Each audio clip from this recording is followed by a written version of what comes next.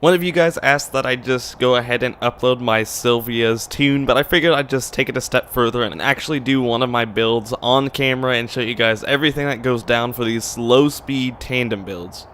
So for the first build, we're going to just be doing this little old 240SX. We're not going to throw a wide body on it because we're not going to be extremely basic.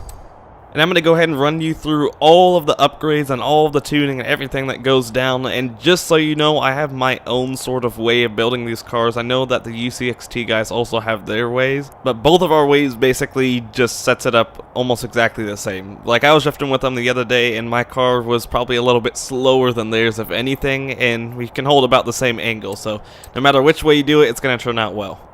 Hopefully this will give you guys sort of a guideline for all of your other builds as well.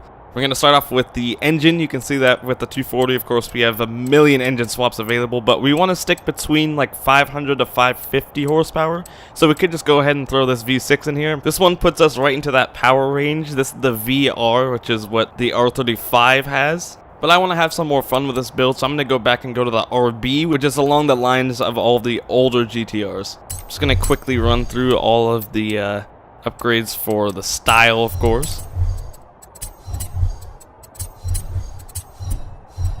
Alright, now here you want to be running stock tires for all these low speed builds, and I like to run around 255s. There's actually a tire to weight measurement for ESDA, which is the competitive Forza community basically. I can put this on the screen here.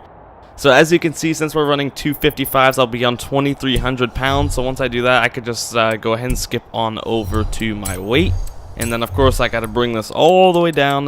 I can't really get very close to 2,300 pounds, so that's as close as we can get. But since this isn't a competition build, it doesn't really matter if you're right on the weight spec. We'll just put in a little bit more power to compensate for that. All right, we move back to the tires now. We're going to keep the front stock at the 205s. And then we're going to move over to the rims, get some more style going for this. 2 hours later. Gonna go ahead and pick the ADVs, and then we'll of course style them a little bit later when we paint this thing. We're running 17s on both, and of course we want to get this stance going. Of course it looks like a monster truck right now with her normal just stock suspension, so we're gonna go ahead and hop over here and fix that now. Go ahead and get these all maxed out, drift suspension on it, race roll bars, race everything. We're gonna throw the roll cage in and all. We've already done our weight to race as we did earlier. We're moving over to the drivetrain now. Of course, you basically always just want to max this. There's like no reason why it should be stock or in the middle somewhere. Alright, so now we've done the conversion, we've done the air and appearance, we've done the tires and rims, we've done the drivetrain and the platform and handling. So last but not least is the engine. The flywheel is something you should always just have to race no matter what. It's going to help you a lot, especially if you're running manual with clutch. And since we're a little bit higher on the weight, I'm going to go ahead and put the race exhaust on because that'll drop it a little bit, but not too much. I'm going to put the sport cams in just so it can rev a little bit higher. I'm going to put sport turbos in just to get the low end a little bit more power and some more torque on the engine. I'm going to use the valves just to milk the engine a little bit more to get more power out of it. I'll probably put street engine block. And do sport pistons, and I think last we're probably going to go ahead and just do the intake. That'll give us just enough. Yeah, we'll put it right here. Should be 565 horsepower, and it looks like 453 foot-pounds of torque. Now we're finished with the upgrade, and go ahead and install setup.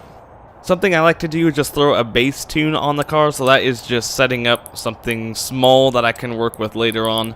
That usually isn't even close to where it needs to be, but we might be way too fast right now, or the car might not even hold any angle, but it's a start to the tune, and then I just work off of what I'm putting on here. Of course, I'm not even going to test drive the thing. I'm just going to go whip it out and try it, and then if it feels good, it feels good, and then I'll slowly work off of that, and we'll finish the build that way.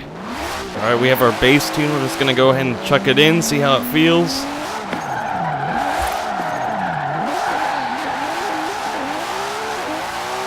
So far, so good. Alright, drop a tire or two right there, but we're still alright. Seems a little bit fast, that's one thing. This is one of the slow tandem builds, so we're going to have to do a little bit of tuning once we finish this run. But so far, it does actually feel pretty good.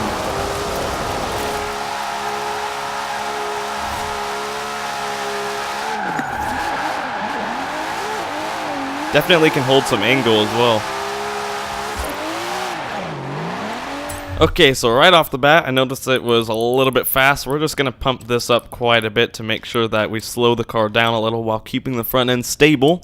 The gears were actually pretty good. I'll just have to do another run or two to figure out exactly where they should be, but I like where they're at so far. I'm going to keep this here. I think the toe is alright in the front. That's going to let us grip a little bit when we throw it into that entry. Make sure our front end just doesn't lose grip and then spin out.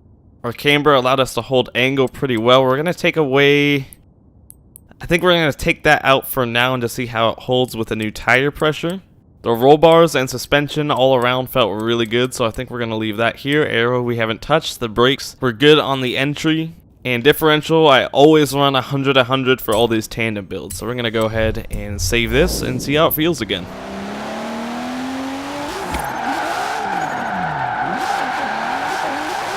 Oh, see that? Now our car wants to spin with the new tire pressure. Since our car is having a little bit of trouble with that entry, we're going to bring this up a little bit. And I think we're going to bring this back just to see how it feels. And then we might change that after a few runs. It's just basically trial and error.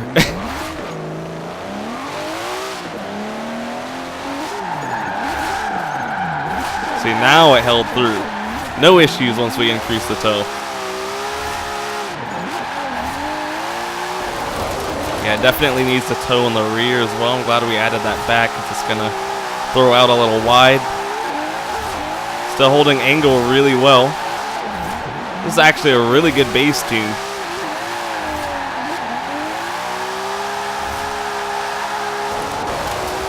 This is actually a really good bass tune. It's holding angle all around. It still might be a little fast, but that's alright.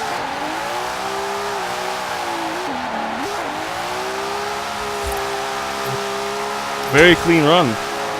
We're going to do one more run and figure out if we need any more changing, but referring to my last video on tandeming with Get Buck Drift, if you guys watched that, we were actually going about 27 miles per hour around most of the track. Yeah, so we're actually right where we're supposed to be speed-wise, so it might be pretty set. Oh, we're locking a little bit. It's going to pull back together. Just had to shallow.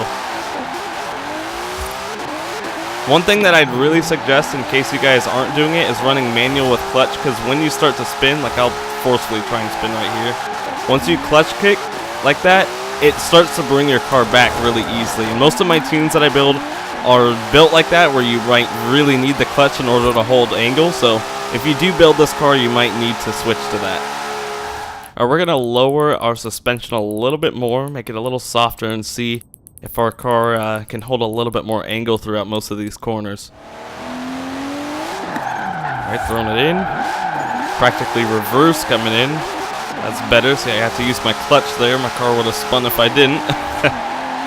That's why I need it.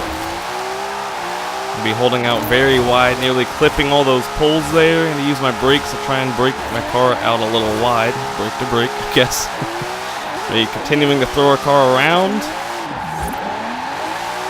Clutch kick out of the transition, still holding perfectly wide, actually just dropping one tire around the whole course. But it's very easy to hold angle. That guy just sending it straight through the middle of the video.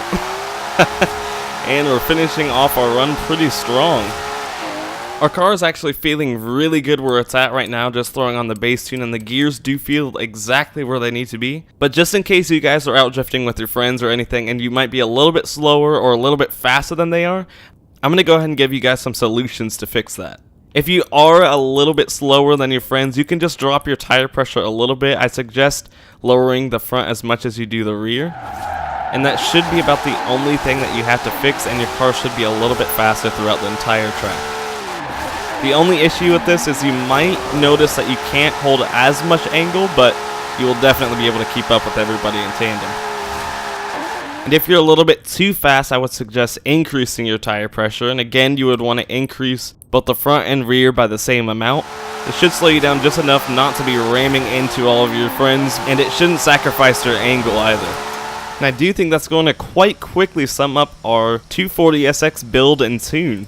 I'll go ahead and give you guys one last look at the tune just in case you missed a few things or are still trying to catch up. And of course, if you need to, go ahead and pause the video to put in the values for everything.